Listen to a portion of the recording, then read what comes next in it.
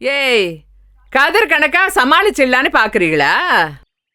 மூத்த வண்டி அவன் பார்வையிலேயே உங்களை எல்லாம் எரிச்சு விடுவான். ஆமா, இதெல்லாம் ஒரு பெருமையா நினைச்சு பேசிட்டு இருக்கீங்களா? அடிக்கிறதும் வன்முறையால அடுத்தவங்களை அடக்கிறதும் இதெல்லாம் ஒரு பெருமையான்னு கேக்குறேன். இங்க பாருங்க, இன்னைக்கு ஆண்களுக்கு ஈக்குவலா பெண்களும் உடலாலையும் மனசாலையும் ஃபிட் ஆயிட்டாங்க. ஒருத்தவங்கள மன அழுத்தத்துக்கு ஆளாக்கி அவங்கள மேல மேல காயப்படுத்துறது ஏத்துக்க முடியாத ஒண்ணு. யாரு இதா நிக்கிறாளே? இவ காயப்பட்டு நிக்கிறாளா? ஏ ஈஸ்வரி, வாங்க.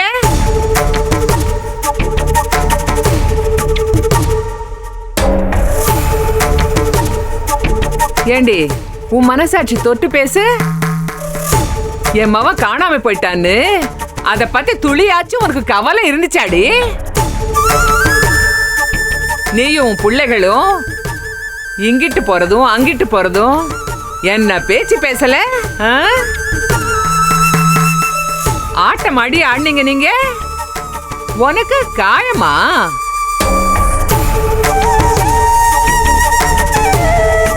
அவனை காணோன்னு நீ பேசின பேச்சு கூட அவ இருக்கானா திரும்பி வருவானான்னு தெரிஞ்சுக்கிறதுக்கு தானே. புருஷனை காணோன்னு அவன் மேல இருக்கிற பாசத்திலையா நீ பேசின? பாசம், அன்பு, மரியாதை, கருணை, இந்த விட்டு கொடுத்து போற குணம் இதெல்லாம் எங்களுக்கு மட்டும்தான் இருக்கணும்ல அத்தை. ஆம்பளைங்கன்னா காசு கொண்டாந்து கொட்டி கொடுத்துட்டு எல்லாரையும் அதிகாரம் பண்ணிட்டு திரிவாங்க. அதானே உங்க மனசுல ஓடுற எண்ணம்?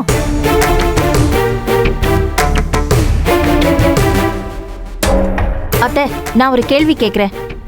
எனக்கும் அவருக்கும் கல்யாணம் ஆகி இத்தனை வருஷத்துல அவருக்கும் எனக்கும் நடுவுல என்னென்ன நடந்திருக்குன்னு உங்களுக்கு தெரியுமா அத்தை? அவர் என்ன கூப்பிட்டு தனியா பேசுற விதமும் என்கிட்ட நடந்துக்கிற விதமும் எப்படி இருக்குன்னு உங்களுக்கு தெரியுமா அத்தை?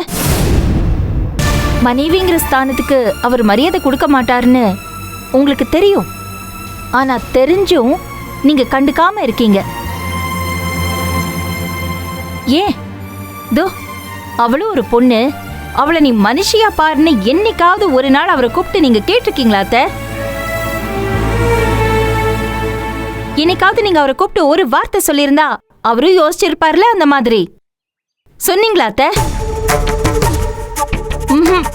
ஏன்னா அந்த எண்ணம், அந்த கொடூரமான எண்ணம் உங்களுக்குள்ள இருக்கு அத்தை. இதெல்லாம் உங்களோட அறியாமையா இல்ல உங்க கொடூர புத்தியான்னு என்னால புரிஞ்சுக்க முடியல அத்தை இன்னைக்கு வரைக்கும்.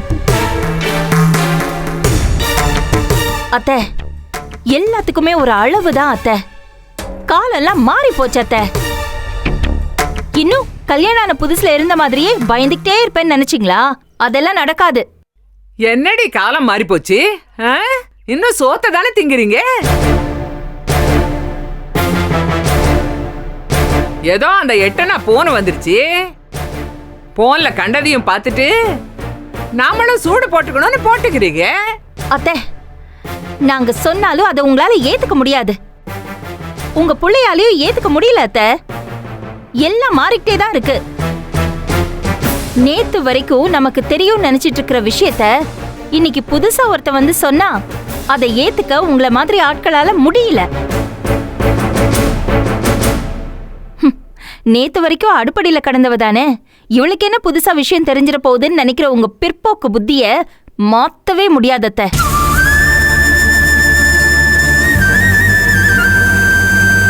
தோ கேட்டீங்கல்ல, உங்க பையன் சொன்னத மூச்சுக்கு 300 தடவை சொல்லிட்டே இருக்காருல. ஆண்கள்னா அறிவான், பெண்கள்னா அழகாம். அழகு என்ன என்ன சொன்னாரு? கரைஞ்சு போயிடுமா. அறிவு அப்படியே சுடர் விட்டு எரியுமா. முதல்ல இந்த பிற்போக்கு புத்தியை மாத்திக்கிட்டாதான் அத்தை இந்த சொசைட்டில வாழவே முடியும். உலகத்துல இருக்கிற சாதனையாளர்கள் லிஸ்ட் எடுத்து பார்க்க சொல்லுங்க உங்க பிள்ளைய. அதுல எத்தனை பெண்கள் இருக்காங்கன்னு உங்களுக்கு தெரியுமா? அவருக்கு தெரியுமா? ஏதோ மொத்த உலகத்தையும் பாக்கெட்ல வச்சிட்டு இருக்கிற மாதிரி பேசுறாருல அவரு. இன்னைக்கு நாட்டுக்கே பெருமை சேர்த்தது சந்திராயன். அத விண்வெளிக்கு அனுப்புனதுல எத்தனை பெண்கள் இருக்காங்கன்னு உங்களுக்கு தெரியுமா இல்ல அவருக்கு தான் தெரியுமா? சொன்ன உடனே புரிஞ்சிடும். அதெல்லாம் தெரியாது. அப்புறம் எப்படி அறிவு வித்தியாசப்படும்?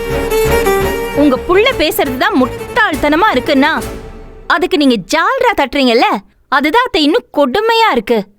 ஏய், என் புள்ள முட்டாள்னா அப்ப எவண்டி அறிவாளி? அந்த ஜீவானந்தமா? பொம்பளை இதெல்லாம். இப்ப அவன்தான் உன் கண்ணுக்கு அறிவாளியா தெரியறான் இல்ல? நல்லவனா, குணமுள்ளவனா, உத்தமனா தெரியறான். அவனுக்காண்டி தானே என் புள்ளைய அறுத்து விட போறேங்கிற? என்ன அப்பத்தா, என்ன பேச்சப்பத்தா இது? இந்த வீட்ல யாருக்குமே புத்தி ஒழுங்கா வேலை செய்யாதா? ஒரு ஆம்பளையும் பொம்பளையும் பார்த்தாலோ ஒரு 4 வார்த்தை பேசினாலோ அது தப்பான அர்த்தம் தானா? ஏன் அது தப்பான கண்ணோட்டத்திலே பாக்குறீங்க? ஏன் என் அம்மாவும் ஜீவானந்தம் அங்கிளும் ஒரு நல்ல ஃப்ரெண்டா, அட்லீஸ்ட் ஒரு நல்ல வெல் விஷரா இருக்க கூடாதா? என்ன சீப்பான தாட் அப்பதா இது?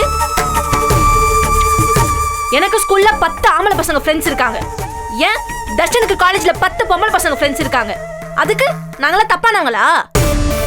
நாங்க எல்லாருமே எங்களுக்குள்ள எப்படி பேசிப்போம் தெரியுமா உங்களுக்கு? ஆமாண்டி, பேசுவீங்க. முதல்ல பேசுவீங்க, அப்புறம் ஓடுவீங்க. எல்லா கூத்தும் எனக்கு தெரியும்டி. நான் சொல்லல.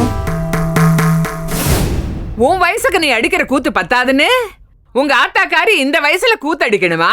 அப்பதா திரும்ப திரும்ப அம்மாவை பத்தி தப்பா பேசாதீங்க சொல்லிட்டேன். ஆமாண்டா, நாங்க தப்பா பேசுறோம். நீ எவனையோ அப்பான்னு தப்பு தப்பா பேசிக்கிட்டு இருக்க. அது சரியா? இப்பவும் சொல்றேன், ஜீவானந்தம் அங்கிள் மாதிரி ஒருத்தர் எங்களுக்கு அப்பாவா வந்திருந்தா எங்க லைஃப் ரொம்ப நல்லா இருந்திருக்கும். ஏய், அப்பதா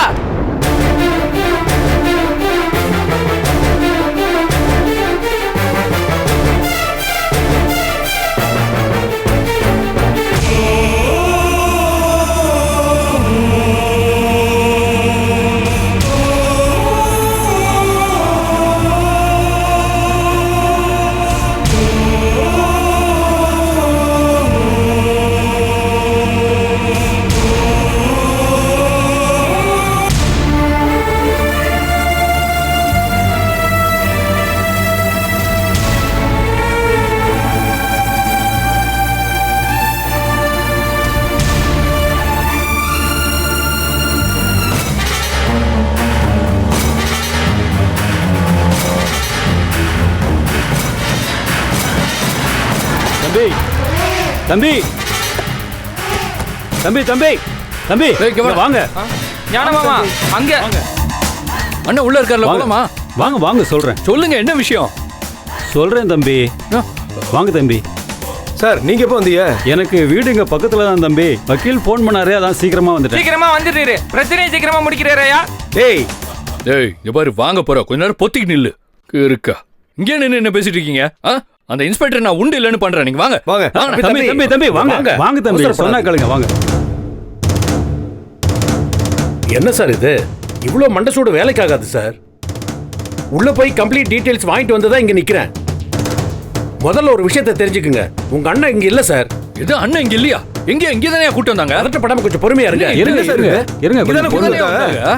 ஐயோ மாமா, மாமா வர்ற வழியில கூட்டு போய் காட்டுக்குள்ள வச்சு என்கவுண்டர்ல போட்டுப்பாங்களோ? எனக்கு மண்டை குழம்புது மாமா. ஐயோ, என்னையா சொல்ற நீ? வாய் மூடு. நீ வாய மூடியா? எங்க ஊர்ல எத்தனை ரவுடி செத்துருக்காங்க, எத்தனை சம்பவத்தை நான் பாத்திருக்கேன். மாமாவை செஞ்சிருப்பாங்களோன்னு நினைக்கியா? ஏ, கொஞ்ச நேரம் சும்மா இருக்கியா? அப்படிதான் தெரியுது இவங்க பேசுற பேச்செல்லாம் பார்த்தா. இருக்கு போயில. இந்தப்பா தம்பி, உங்க கூட 10 நிமிஷம் பேசினா நான் பைத்தியம் ஆயிடுவோம் போல் இருக்கு. சார், பேசாம இருக்கு சொல்லுங்க சார் இவரை. சார், உங்க அண்ணன் இங்க வைக்கல சார். ரிமாண்ட் பண்றதுக்காக ஜட்ஜ் வீட்டுக்கு கூட்டிட்டு போயிருக்காங்க. சார், விசாரிக்காம எப்படி சார் ரிமாண்ட் பண்ண முடியும்? சார் தருங்க, எங்க அண்ணன் மட்டும் உள்ள போனாரு, இங்க ஒரு பயலையும் விட மாட்டேன், பாத்துக்கோங்க. தொலைச்சு போடுவேன் எல்லாரையும். தம்பி, எந்த இடத்துல என்ன பேசுறீங்கன்னு நல்லா யோசிச்சு பேசுங்க. நீங்க பேசுறதுக்கு உங்களே உள்ள தூக்கி வச்சிருவாங்க. இழுப்பாங்க பாங்க. அப்புறம் அவருக்காக அலையிறதா உங்களுக்காக அலையிறதான்னு நாங்க தான் கன்ஃபியூஸ் ஆகி புலம்பணும். ஞானம் தம்பி, குணசேகரன் சார் போலீஸை அடிச்சதுக்காக இங்க கொண்டு வந்து வச்சிருக்கோன்னு நிச்சயமா எஃப்ஐஆர்லாம் கிளியரா ரெடி பண்ணி விட்னஸோட ஜட்ஜி வீட்டுக்கு அண்ணனை ரிமாண்ட் பண்ணுறதுக்கு ஆர்டர் வாங்க போயிருக்காங்க. சார் அது எப்படி சார் செய்யலாம்? முறைன்னு ஒன்று இருக்குல்ல. போலீஸை அடிக்கிறது மட்டும் முறையா? அத்துமீறி யூனிஃபார்மில் இருக்கிற போலீஸ் மேலே கை வச்சா சும்மா விட்டுருவாங்களா? அழகா ஒரு ஸ்கிரிப்ட் ரெடி பண்ணி தூக்கியிருக்காங்க. மாமா இங்க இல்ல, பூமியில எங்க இருந்தாலும் நான் தூக்கிட்டு வருவேயா? நீ ஊனு சொல்லு மாமா. சார் கொஞ்சம் சும்மா இருக்க சொல்லுங்க சார். இவர் பண்ற கோமளத்தனத்துல எல்லாமே பிரச்சனை ஆயிடும் சார். கொண்டாரம் பொத்திக்கிட்டு இருக்கியா? தான் சொல்றாருல்ல. அப்ப மாமாவை கூட்டு வாங்கயா. இருடா சார், அவரை ரிமைண்ட் பண்ணிடுவாங்க சார். No change. விட்னஸ் எல்லாம் ஸ்ட்ராங்கா இருக்கு சார். எவனோ வீடியோ எடுத்து கொடுத்துருக்கான் சார். எவன் எவன் எவன் இந்த வேலையை பார்த்தது? சார் அதுக்கெல்லாம் வாய்ப்பே கிடையாது சார். அது ஆளே இல்லாத ஏரியா சார். நாங்க போலீஸ் அடிக்க, போலீஸ் எங்களை அடிக்க எங்களுக்குள்ள தள்ளுமுள்ளு தான் சார் நடந்து. வீடியோ எடுக்கிறதுக்கெல்லாம் வாய்ப்பே கிடையாது சார். வாய்ப்பு இல்லைன்னு சொல்றீங்க. எப்படி சொல்றீங்க? அதான் ஒருத்தன் உங்க அண்ணன் அடிச்சதை தெளிவா வீடியோ எடுத்து போலீஸ்ல கொடுத்துருக்கானே. நீங்க அடி வாங்கின மயக்கத்துல பார்க்காம விட்டுருப்பீங்க. சார் என்ன நக்கலா உங்களுக்கு? தொலைச்சு போடுவேன் தொலைச்சு.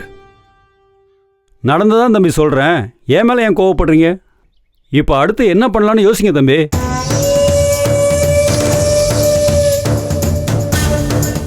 தம்பி அவங்க எப்படியும் சும்மா விட மாட்டாங்க. ரிமாண்ட் கன்ஃபார்ம் தான். சார் ஒரு கூறு போட்டுருப்பேன் ஒவ்வொருத்தரையும். எவங்க எவன் அண்ணன் உள்ள வைக்கிறது பாத்திரலாமா? எங்க எங்க அந்த ஜட்ஜி வீடு? சொல்லுங்க, எங்க அந்த ஜட்ஜி வீடு? வாங்க கிளம்புங்க, ஜட்ஜி வீடு காமிங்க. வாங்க தம்பி சார். அங்க போய் பிரச்சனை பண்ணா பெரிய விபரீதம் ஆயிடும் சார். சார் அதுக்காக எல்லாத்தையும் விட்டுட்டு அப்படியே வீட்டுக்கு போலாம்னு சொல்றீங்களா? சார் முதல்ல ஜட்ஜி வீடு எங்க இருக்குன்னு சொல்லுங்க சார். அங்க போய் என்ன ஏதுன்னு விசாரிப்போம். என்னங்க யோசிக்கிறீங்க? சொல்லுங்க. எனக்கு தெரியும் சார், நான் கூட்டிட்டு போறேன். வாங்க நீங்க முன்னாடி போங்க, நான் என் வண்டியில வரேன். வாங்க தம்பி சரி நீங்க போங்க. நான் சரி நீங்க போங்க. சார் வாங்க சார். வாயா சீக்கிரம் வாயா. நீ என்னப்பா குறுக்க வந்துட்டு? சின்ன பசங்க எல்லாம் கூட்டு சேர்த்துக்கிட்டு பெரிய கஷ்டம்.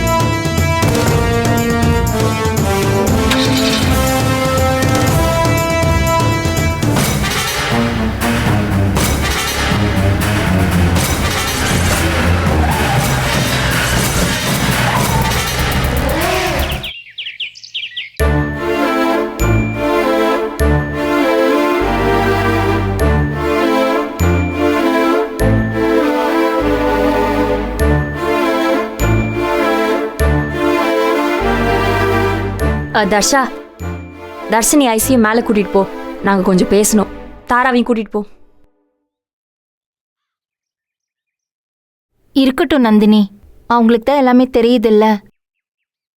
இவங்க கிட்டலாம் மறைச்சு பேசணுங்கிற அவசியம் எதுவும் இருக்கிறதா எனக்கு தோணல. இந்த வீட்டு ஆம்பளைங்களுக்கும் வீட்டு பெரிய மனுஷியா இருக்கிற மாமியாருக்கும் ஒரு விஷயம் புரியவே இல்லை. அவங்களுக்கு பின்னாடி பிறந்த எல்லாருக்குமே இந்த உலகம் நல்லாவே புரிஞ்சிருக்கு. நம்மளை விட புத்திசாலியா இருக்காங்க.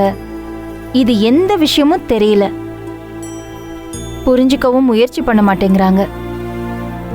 இவங்களையெல்லாம் மதிக்கணும், இவங்களோட புத்திசாலித்தனத்தை புரிஞ்சுக்கணுங்கிற எந்த வித எண்ணமும் இல்லாம இருக்காங்க. ஆனா எனக்கு சந்தோஷம்தான். இந்த மோசமான சூழ்நிலையிலையும் என் பிள்ளைங்க நல்லபடியா வளர்ந்து நிக்கிறாங்க. அதை நினைக்கிறப்போ எனக்கு ரொம்ப சந்தோஷமா இருக்கு. இந்த மோசமான சூழ்நிலையிலையும் என் பிள்ளைங்க நல்லபடியா வளர்ந்து நிக்கிறாங்க. அதை நினைக்கிறப்போ எனக்கு ரொம்ப சந்தோஷமா இருக்கு. அண்ணி அவங்க வளர்ந்துட்டாங்க, அதை நானும் ஒத்துக்கிறேன். ஆனா இவ்வளவு பெரிய விஷயத்த பட்டுன்னு பேசுறது பெரியவங்களுக்கு புரியாது அண்ணி. ஏதோ பிள்ளைங்க தப்பா பேசுறாங்கன்னு தான் நினைப்பாங்க. தெரியட்டும் சக்தி. நாங்க எல்லாரும் பேச தயங்குற விஷயத்த இன்னைக்கு இவங்க அருமையா பேசிருக்காங்க. இத பாரு, எல்லாரும் மனசுலயும் ஒரு எதிர்பார்ப்பு இருக்கும், ஆசைகள் இருக்கும், லட்சியம் எல்லாம் இருக்கும். அது ஒரு ஆணுக்கு இருந்தா சரி, ஒரு பொண்ணுக்கு இருந்தா சரியில்லைன்னு அர்த்தமா? குழந்தைங்களை பத்தி யோசிக்கவே கூடாதா? இப்படி இவங்க எழுதாத சட்டத்தை வச்சுக்கிட்டு மத்தவங்க வாழ்க்கைக்கு முட்டுக்கட்டை போட்டா எப்படி நியாயம்னு சொல்ல முடியும்? சரியா சொன்ன ஜனனி. இதுகளுக்கு உண்மை எப்பவும் கசக்கும். இவங்கெல்லாம் பொது நியாயம்னு ஒன்று இருக்கிறதையும் ஒத்துக்கிற மாட்டாங்க. தனக்குன்னு ஒரு நியாயத்தை வச்சுக்கு அதையே பிடிச்சி தொங்கிக்கு இருப்பாங்க. அண்ணி நீங்க சொல்றதெல்லாம் சரிதான். ஆனா வீட்டுக்கு வெளியே இருக்கிற மனுஷனை அப்பா மாதிரி பார்க்கணும்னு சொன்னா யாருக்கா இருந்தாலும் கோபம் வரும்ல. சித்தப்பா நீங்களே எங்களை பத்தி புரிஞ்சுக்கலன்னா எப்படி சித்தப்பா? எங்க சூழ்நிலையில இருந்து யோசிங்க சித்தப்பா. இன்னைக்கு நாங்க ஸ்கூலுக்கு போறோம், காலேஜுக்கு போறோம். எங்க ஃப்ரெண்ட்ஸோட பர்த்டேக்கெல்லாம் வீட்டுக்கு போவோம். அங்க அவங்க அப்பா அம்மாலாம் எவ்வளவு ஜாலியா பேசுவாங்க தெரியுமா? பெரிய பெரிய சப்ஜெக்ட்லாம் பேசுவாங்க சித்தப்பா. எங்களுக்கு புரியலனா கூட புரியுற மாதிரி எல்லாமே தெளிவா எக்ஸ்பிளைன் பண்ணுவாங்க சித்தப்பா. பிள்ளைங்கள ஃப்ரெண்ட்ஸா பார்ப்பாங்க. டேய் அதெல்லாம் சரிடா, அவங்கெல்லாம் படிச்சவங்க. நீ இவங்கள போய் இப்படி பேசணும் இப்படி பழகணும்னு சொன்னா எப்படி? அதெல்லாம் எங்க நடக்காது. சித்தப்பா, நான் இவங்களை அவங்கள மாதிரி பேச சொல்லல, குறைஞ்சபட்சம் நாகரிகமா தான் இருக்க சொல்றோம். நேத்தி அப்பா வந்ததும் என்ன பேசினாருன்னு பாத்தீங்கல்ல? சீ, பொம்பளை பசங்கள ஓரமா நில்லுங்கன்னு சொல்றாரு. எவ்வளவு சங்கடமா இருந்துச்சு தெரியுமா?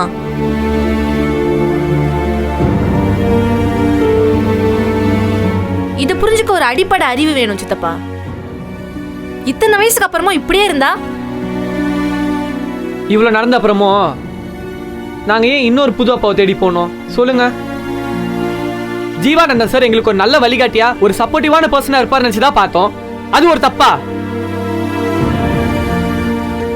ஆமா, ஏன் இருக்க கூடாது? அவரு ஒரு மனுஷனா மதிக்கிறாரு. அதுதானே நாங்க எல்லாருமே எதிர்பார்க்கிறோம். ஆனா எங்க அப்பா அப்படி நடந்துக்கிறது இல்லையே. நாங்க இப்ப தெளிவா சொல்றோம். நீங்க என்னன்னா உங்க அப்பாவை மாத்தணும்னு சொல்றீங்க. நாங்க இப்ப தெளிவா சொல்றோம். நீங்க என்னன்னா உங்க அப்பாவை மாத்தணும்னு சொல்றீங்க.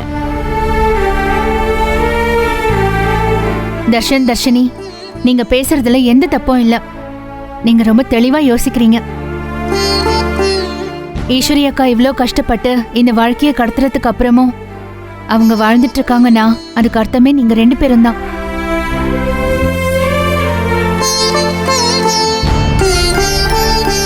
என்னையே எடுத்துக்கோங்களேன். சென்னையில பிறந்த படிச்ச பெரிய ஸ்கூல் தான். ஆனா எனக்கு பிடிச்ச சப்ஜெக்ட நான் படிக்கல. எதுவுமே நான் டிசைட் பண்ணல. என்ன படிக்கணும், என்ன சாப்பிடணும், என்ன ட்ரெஸ் போடணும், எல்லாமே எங்க அப்பா தான் டிசைட் பண்ணாரு. இந்த கல்யாணத்தை கூட அவர் தான் டிசைட் பண்ணாரு. அப்புறம் இதுல பிரச்சனை வந்த பிறகு எல்லாத்துக்கும் காரணம் நான் தான் சொல்லி ஒதுங்கிட்டாரு. இப்போ வரைக்கும் என் கூட அவர் பேசுறதில்ல.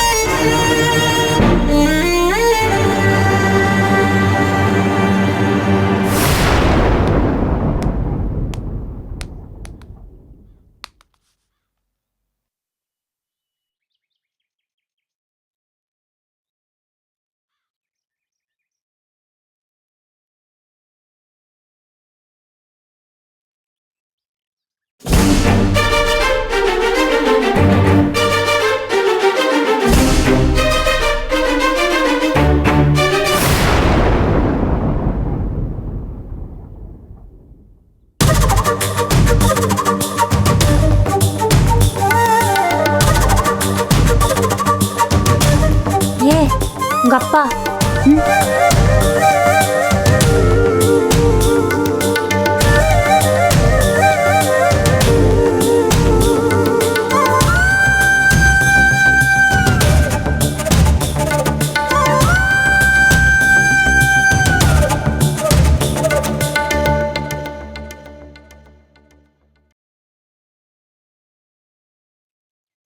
அப்பா வாங்கப்பா, எப்படி இருக்கீங்க? வாங்கப்பா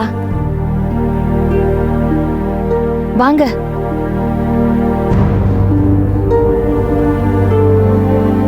எப்படிப்பா இருக்கீங்க? என்னடி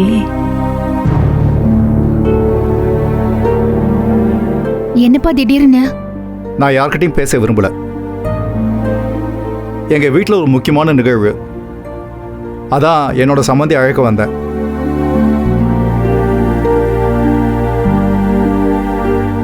இங்க நிறைய பிரச்சனை ஆயிடுச்சு. உங்களுக்கு எதுவும் தெரியுமா? நான் உங்ககிட்டயும் பேச விரும்பல.